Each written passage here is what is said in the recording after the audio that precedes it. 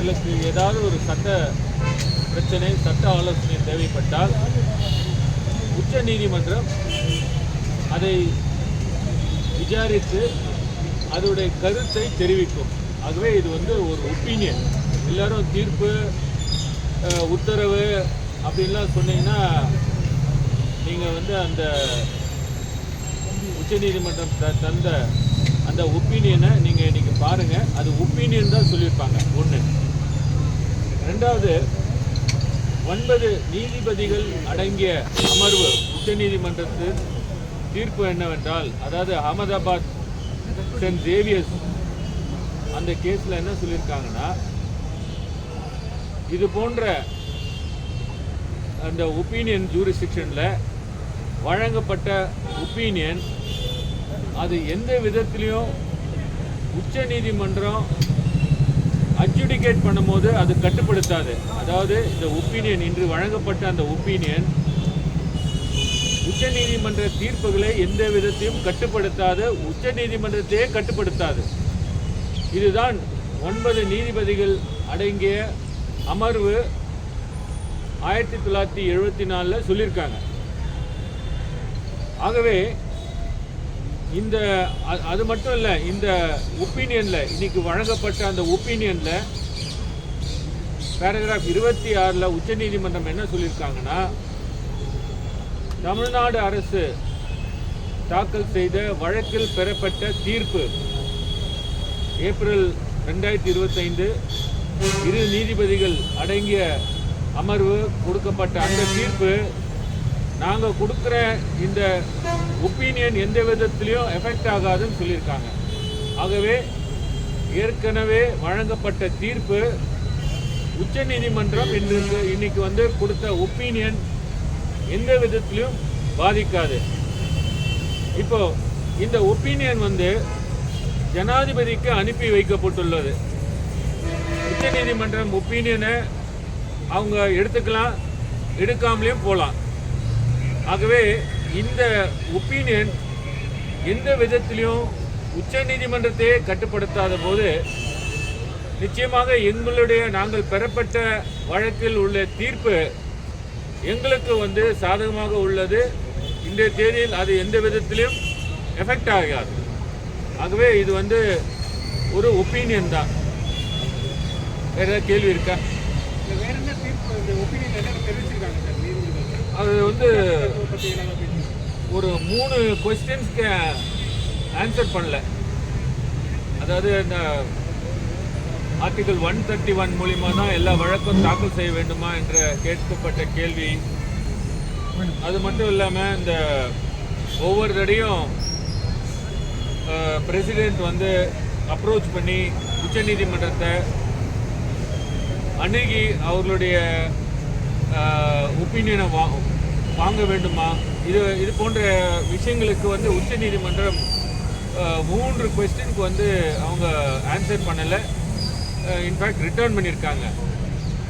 இந்த ஒப்பீனியனில் வந்து பெரும்பாலும் என்ன சொல்கிறாங்கன்னா, கவர்னர் வந்து ஒரு ரீசனபிள் டைமில் செய்யணும். இப்போ ஒரு பில்லு தமிழக சட்டசபைன்னு எடுத்துக்கங்க, அனுப்பி வைத்தால் அதற்காக கவர்னர் அவர் வந்து வருடக்கணக்கில் அதன் மேல் நடவடிக்கை எடுக்காமல் உட்கார்ந்து கொண்டிருக்க முடியாது. ஒரு ரீசனபிள் டைமில் அவர் நடவடிக்கை எடுக்கலைன்னா நிச்சயமாக நீதிமன்றம் அதற்கு வந்து அணுகலாம். நீதிமன்றத்துக்கு அதுக்கு பவர் இருக்குது அப்படின்னு சொல்லி இந்த ஒப்பீனியனில் சொல்லியிருக்காங்க. இந்த ரீசனபிள் டைம்ங்கிறது ஏதாவது அர்த்தம் இருக்கா? அதாவது உச்சநீதிமன்றம் ஒரு தீர்ப்பில் மணிப்பூர் அசம்பிளி கேஸில் வந்து ரீசனபிள் டைம்னா என்னன்னு டிஸ்கஸ் பண்ணியிருக்காங்க. 3 மாதம் என்று சொல்லியிருக்கிறார்கள். அந்த 3 மாதம் உச்சநீதிமன்றம் வந்து ரீசனபிள் டைம் என்று ஃபிக்ஸ் பண்ணியிருக்கும் போது நிச்சயமாக மறுபடியும் கவர்னர் வந்து வந்த காலத்தில் 5 வருடத்துக்கும் அவர் எந்த நடவடிக்கை எடுக்காமல் உட்கார்ந்து இருக்கலான்ற அந்த நினைப்பில் இருக்க முடியாது. ரீசனபிள் டைமில் நடவடிக்கை எடுக்கலான்னா உச்ச நீதிமன்றத்தை அணுகலான்னு சொல்லி சொல்லுவாங்க. ஆளுநர் செயல்பாட்டில் உச்சநீதிமன்றம் தலையிட முடியாது அப்படிங்கிற மாதிரி சொல்லியிருக்கு. அது வந்து அவர்களுடைய ஒப்பீனியன். அது அதுதான் நான் சொல்லிட்டேனே முதல்ல. ஒப்பீனியன் வந்து உச்சநீதிமன்றத்தையே கட்டுப்படுத்தாது. அந்த அட்ஜுடிகேட்டரி ப்ராசஸ் பண்ணும்பொழுது சட்ட ரீதியாக இரு தரப்பினரும் இந்த இந்த ஒப்பீனியன் கொடுக்கும்பொழுது ஒரு மாநிலங்கள் ஒரு சார்பில் பேசியிருக்கலாம், இன்னொரு மாநிலங்கள் இன்னொரு சார்பில் பேசியிருக்கலாம், ஒன்றிய அரசு ஒப்பீனியன் கொண்டு வந்ததுனால அது சாதகமாக பேசியிருக்கலாம். ஆனால் இதே ஒரு வழக்கு சம்பந்தமாக ஒரு இரு தரப்பினரும் வந்து வாதம் செய்து ஒரு தீர்ப்பு வழங்கப்படுகிறதுக்கு ஈக்குவலாக சொல்ல முடியாது. ஆகவே இந்த ஒப்பீனியன் எந்த விதத்திலையும் வந்து உச்ச நீதிமன்றத்தை கட்டுப்படுத்தாது. நாங்கள் பெற்ற தீர்ப்பையும் எந்த விதத்திலையும் வந்து அதை செயலிழக்க முடியாது. சார், இந்த பில் பாசிங்கில் வந்து 3 month டியூரேஷன் சொல்லியிருக்காங்கல்ல சார், அந்த மாதிரி அந்த 3 monthக்குள்ளே அந்த பில் பாசிங் செய்யலைன்னா அது கண்டெம்ட் ஆஃப் கோர்ட்ன்ற அளவுக்கு இருக்குமா சார்? அது கவர்னர் அதை செய்யாது. அதுதான் இப்போ வந்து நான் பேசிக்காக சொல்லிட்டேன் உங்களுக்கு. இது வந்து ஒரு ஒப்பீனியன் தான், கருத்து அவர்கள் சொல்லியிருக்கிறார்கள். அதுக்கு மேலே வந்து இதை என்ஃபோர்ஸ் பண்ண முடியாது, யாருமே என்ஃபோர்ஸ் பண்ண முடியாது. பிரசிடென்ட் கூட இதை என்ஃபோர்ஸ் பண்ண முடியாது. அவர்கள் வாங்கி அதை ஒத்துக்கொண்டால் அது வாங்கி வச்சுக்கலாம். உச்ச நீதிமன்றத்தையே வந்து இதை கட்டுப்படுத்தாது. அதான் சொல்கிறேன் நான். இன்னொரு ஒப்பீனியன் கேட்டு வரும்போது இந்த ஒப்பீனியனில் என்ன சொன்னாங்கன்னு சொல்லி அதையும் மீறி வேற ஒப்பீனியன் கொடுக்கலாம். சார், அந்த ஒப்பீனியன் பயன் என்ன சார்? அந்த ஒப்பீனியன் ஒரு ஜட்ஜ்மெண்ட்டாக இல்லாமல் ஒரு ஒப்பீனியனாக இருக்கிறது. நான் சொல்கிறேங்க, துஷார் மேத்தா அவர் ஒரு பாஷையிலே சொல்கிறாங்க, உச்ச நீதிமன்றத்தில் ஒரு லா ஆஃபீஸர் என்ன ஒப்பீனியன் கொடுக்குறாங்களோ ஒரு கவர்மெண்ட்டுக்கு, அதே போல் இப்போ அட்வொகேட் ஜெனரல் இருக்கார் மிஸ்டர் ராமன் இருக்கார், கவர்மெண்ட்டுக்கு ஒரு ஒப்பீனியன் கொடுக்குறாரு. அந்த லெவல் தான் இந்த ஒப்பீனியனும், இந்த ஜட்ஜ்மெண்ட்டே பாருங்கள் ஒப்பீனியன் ஆஃப் த கோர்ட்டுன்னு எழுதியிருப்பாங்க. கடைசியில் பாருங்கள், லாஸ்ட்லேயும் சரி பிகினிங்லேயும் சரி ஒப்பீனியன் ஆஃப் த கோர்ட்டுன்னு தான் வரும் அது. ஸோ இது வந்து இந்த அரசியலமைப்பு சட்டத்தில் இப்படி ஒரு ப்ரொவிஷன் இருக்குது.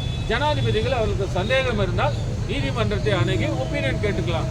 அந்த ஒப்பீனியன் கூட அவங்க வேணா வச்சுக்கலாம், இல்லைன்னா கூட அதை இம்ப்ளிமெண்ட் பண்ணாமல் விட்டுடலாம். பிற்காலத்தில் இது போல வழக்கு வரும்போது இந்த ஒப்பீனியனை ரெஃபர் பண்ண முடியாது சார், கோட் பண்ண முடியாது. இந்த ஒப்பீனியன் வந்து அட்ஜுடிகேட்டரி சைடில் கட்டுப்படுத்தாது. எல்லாம் தீர்ப்புன்னு போகிறாங்க. இந்த ஒப்பீனியன் முன்னாடி ஒரு ஆர்டர் போட்டுருந்தாங்க. ஸோ அந்த உச்சநீதிமன்றம் அது வந்து கட்டுப்படுத்தும். இல்லை, அதுபடி நிறைய மசோதாக்கள் நீங்கள் அலோவ் பண்ணீங்க. நீங்கள் சம்ஷேர் சிங் எடுத்துங்க, கவர்னருக்கு டிஸ்கிரிப்ஷன் இல்லைன்னு சொல்லியிருக்காங்க அந்த 7 நீதிபதிகள் அடங்கிய அமர்வு.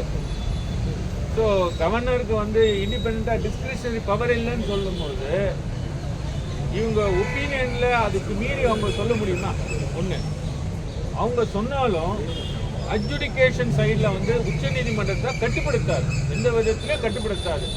இது ஆலோசனை மாதிரி, ஜனாதிபதிக்கு ஒரு ஆலோசனை. அந்த ஜனாதிபதி கூட அதை எடுத்துக்கொள்ளலாம், எடுத்துக்கொள்ளாமல் கூட விடலாம்.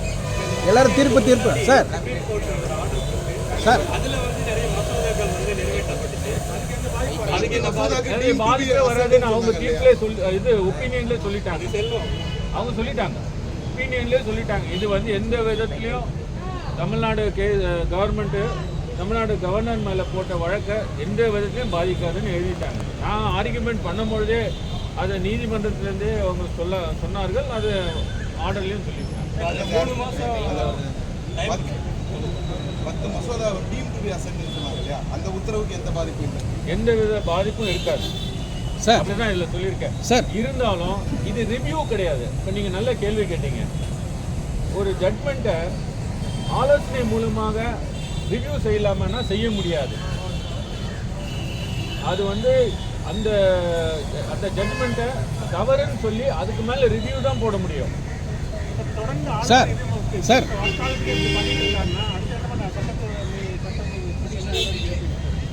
நிச்சயமாக நாங்கள் நீதிமன்றத்தை நாடுவோங்க சார். ஆளுநர் வந்து ஒரு தவறு செய்தால் அவர் வந்து தமிழ்நாட்டுடைய மக்களின் எண்ணங்களுப்படி செயல்படாமல் காலம் தாழ்த்தி வந்து அவர் வந்து ஒரு மசோதாவை வந்து எந்தவித நடவடிக்கை எடுக்காமல் இருந்தால் நிச்சயமாக எங்களுக்கு ஏற்கனவே தீர்ப்பு பகரப்பட்டுள்ளது. அந்த தீர்ப்பின்படி உச்ச நீதிமன்றத்துக்கு செல்வோம்.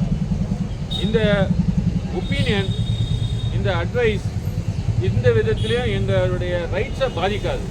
சார், பழைய ஆர்டரில் வந்து 3 மாதம் டைம் லிமிட் கொடுத்துருக்காங்க. இதில் எதுவுமே கால நிர்ணயம் பண்ண முடியாது. இதை வந்து அது அந்த ஆர்டருக்கு மாற்றிருக்காங்க. அப்படி அதாவது அந்த ஆர்டரை மாற்றலைங்க, மாற்றவும் முடியாது. கருத்து தான். கருத்து தான். ஓகே இல்லை இல்லை இதில் எதுவும் சேஞ்ச் பண்ணியிருக்காங்க. ஒப்பீனியன் தான் சொல்றாரு. நீ ஏன் அதுக்கு அதில் டைம் கொடுக்க முடியாதுன்னு சொன்ன மாதிரி. அதுதான் கருத்து தான் அது. இது கருத்து தான். அந்த ஆர்டர் ஏற்கனவே உத்தரவாக செயல்பட்டு வந்திருக்கிறது, சட்டமாக வந்துவிட்டது. சட்டம் என்று கருதி உயர்நீதிமன்றத்திலும் வழக்கு தொடரப்பட்டுள்ளது. அதனால அதை பற்றி நீங்கள் கவலைப்பட வேண்டாம். இது வந்து ஒரு கருத்து, அட்வைஸ், ஆலோசனை. அந்த ஆலோசனை கேட்டிருக்காங்க, உச்ச நீதிமன்றம் சொல்லியிருக்கிறது. நாளைக்கு வேற ஆலோசனை கேட்கலாம், ஆலோசனை மாறலாம். அந்த ஆலோசனை இன்னைக்கு ஒரு லா ஆஃபீஸர் வந்து ஒரு கருத்து சொல்லலாம், நாளைக்கு இன்னொரு லா ஆஃபீஸர் வந்து வேற கருத்து சொல்லலாம். இது கருத்தாக தான் இருக்கும். சார். இந்த மாதிரி செயல்படணும் அப்படிங்கிறது கொஞ்சம் நிச்சயமாக ஆளுநர் வந்து அவருடைய கடமை, அரசியலமைப்பு சட்டத்தில் என்ன சொல்லியிருக்கோ அவர் வந்து இந்த இதில் கூட என்ன சொல்கிறாங்கன்னா, அதை ஒரு ரீசனபிள் டைமுக்குள்ளே அவர் செய்யலைன்னா உச்ச நீதிமன்றத்துக்கு வரலாம் அப்படின்னு அந்த அட்வைஸில் சொல்கிறாங்க. சார் நீங்கள் கேட்டு இருக்கீங்க, சொல்லுங்கள். இல்லை, எல்லா டிவிலையும் தீர்ப்பு தீர்ப்பு மத்திய அரசு என்பது வெற்றி தவறுங்க. அப்படின்லாம் போடுறாங்க. தயவு செய்து தீர்ப்புன்னு சொல்லாதீங்க, ஆலோசனை, ஒப்பீனியன் அப்படின்னு சொல்லுங்க. அதுதான் உச்ச நீதிமன்றமும் சொல்லியிருக்கிறது. அதோடைய கருத்து, இந்த கருத்துருவை கேட்டிங்கன்னா, சார் உங்களுடைய கருத்துரு என்ன சொல்கிறீங்க, உங்களுடைய ஆலோசனை என்ன அப்படின்னு கேட்டாங்கன்னா, என்னுடைய ஆலோசனை இதுதான். நான் ஒரு லா ஆஃபீஸர் மாதிரி, அதான் 9 நீதிபதிகள் அடங்கிய அமர்வு 1974 என்ன சொல்லியிருக்காங்கன்னா, ஆர்டிகல் 143 பிரகாரம் உச்ச நீதிமன்றத்தை நாடி ஏதாவது கேட்டார்கள் என்றால், ஒரு லா ஆஃபீஸர், ஒரு வழக்கறிஞர், அரசு வழக்கறிஞர் ஒரு ஒப்பீனியன் கொடுக்குற மாதிரி தான் இது கருத்து அப்படின்ற மாதிரி உச்ச நீதிமன்றமே 1974 சொல்லி ஆகிவிட்டது. இது எந்த விதத்திலையும் வந்து மைண்ட் ஆகாது. சார், இது மசோதாக்கள் மேலே 3 மாதத்தில் முடிவெடுக்கணும்னு சொல்லி ஆளுநருக்கு உத்தரவிட்டிருக்காங்க. இந்த கருத்தின் காரணமாக அந்த உத்தரவுக்கு ஏதேனும் எந்த தீங்கே வராது சார். அதற்காக நீங்கள் வந்து கவர்னரை சோம்பேறியாக்கி விட்டுறாதீங்க. சார், சில இடங்கள் நீங்கள் சொல்கிற மாதிரி அடிஜூஸ்கேஷனே வந்து உங்களுக்கு அதுக்கான இது வர முடியும். ஜட்ஜ்மெண்ட்டே வந்து பெரிய லெவலில் ஆனதுக்கான தீர்வே கிடைக்காம இருக்கும்போது இந்த ஆலோசனையினால என்ன விதமான மாற்றம் வரும்ன்ற மாதிரி இருக்கும் சார். ஜஸ்ட் ஒரு ஒப்பீனியன் தான், இப்படிலாம் இருந்துக்கோங்கன்னு மட்டும்தான் நீதிமன்றம் சொல்லுது இல்லைங்களா?